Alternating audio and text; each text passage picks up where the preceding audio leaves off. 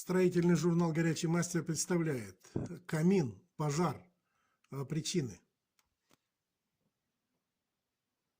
Очень много красивых картинок есть про камины, и люди говорят, мы себе можем такое сделать, чтобы было у нас красиво. Говорят, что камин это очень уют создает и все прочее. Но камин камину рознь. Есть камины, которые стоят вот так вот отдельно, и все разговоры о том, как будет себя вести этот камин, в общем-то, уходят в сторону, потому что максимально просто обеспечить работу такого камина и получить пожарную безопасность.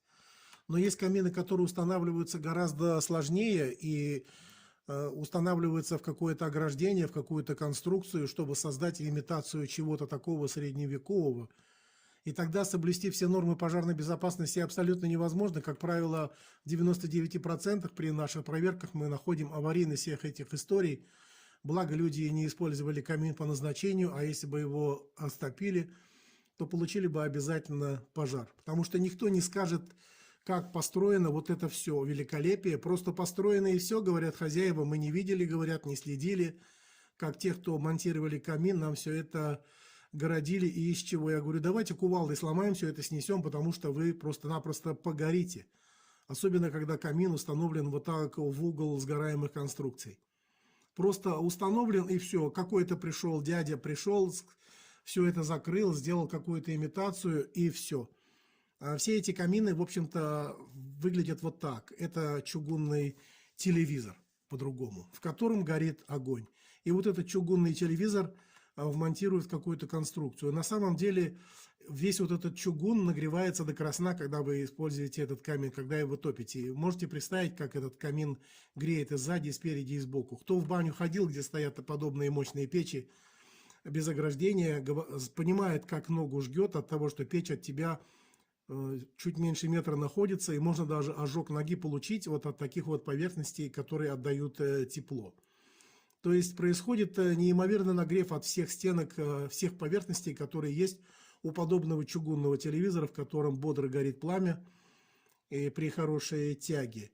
Но никто не понимает, что вот эти поверхности нужно хорошенько, не только охлаждать притоком воздуха, но и закрывать приток инфракрасного излучения от этих стенок чугунных, вот этого чугунного телевизора-камина, чтобы не случился пожар от перегрева тех стен и деревянных и прочих воспламеняющих конструкций, которые есть рядом.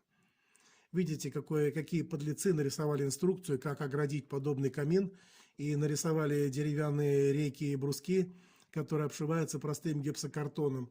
Вокруг этого жуткого чугунного отопительного прибора, именно отопительного обогревающего прибора, они устанавливают сгораемые конструкции, которые будут создавать вам имитацию оргазма вот такого, понимаете, архитектурного. Ну а здесь еще хуже. Вы видите стена из пенопласта. Стена из пенопласта, и к ней пристроили вот этот вот камин. И да, видите, сверху даже сделали элементы воздухоотвода, чтобы там где-то что-то, горячий воздух не собирался. Но это просто пожар и взрыв, и, короче, из этого дома выскочить даже не успеете от этого камина. На рисунке в интернете видно, что как сделать циркуляцию воздуха для того, чтобы камин отдавал тепло в помещение. Но никто не говорит о том, как должно быть сделано вот это ограждение, чтобы оно совершенно не позволяло накаляться всем окружающим конструкциям этот камин, которые от него находятся на расстоянии даже больше метра. А я добавил своих стрелок, и я вам показываю инфракрасное излучение, как раз то излучение, которое в бане жгет ногу от печи. Оно нагревает вот эти поверхности до состояния, до температуры воспламенения. И если ваш камин красивый, снаружи он выглядит идеально, и в нем нет ни одной щелочки, через которую уходит воздух, то вы должны быть уверены, что обязательно в вашем доме случится пожар, потому что, вот и все разговоры. И когда я смотрю, как вот люди строят и ограждают подобные конструкции, я вижу, что люди делают просто духовку, понимаете, закрытую со всех сторон, с применением еще и утеплителей, чтобы оно и внутрь, снаружи вас не нагревало, и что тепло куда-то рассосется, там уйдет и все прочее.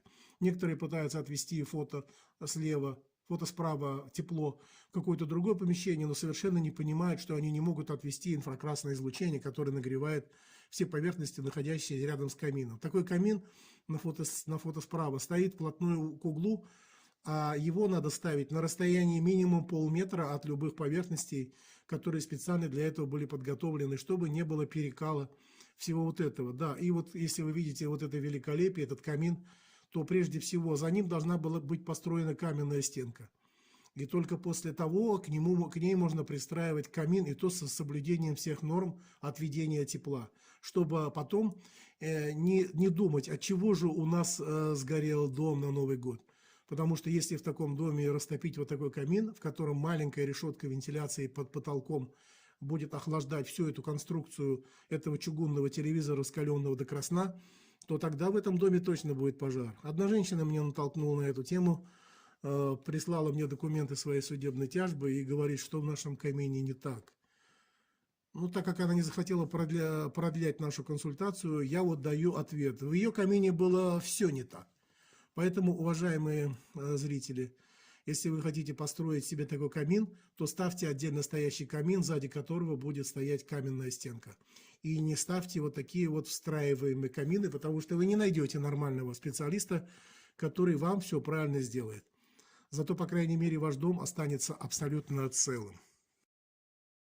Уважаемые зрители, вы можете задавать вопросы любой сложности по вашей стройке, реконструкции, планированию участков, домов и всего, что относится к строительству, через WhatsApp. Перед вами номер WhatsApp и номер телефона горячего мастера. Это совершенно разные номера. Жду ваших вопросов.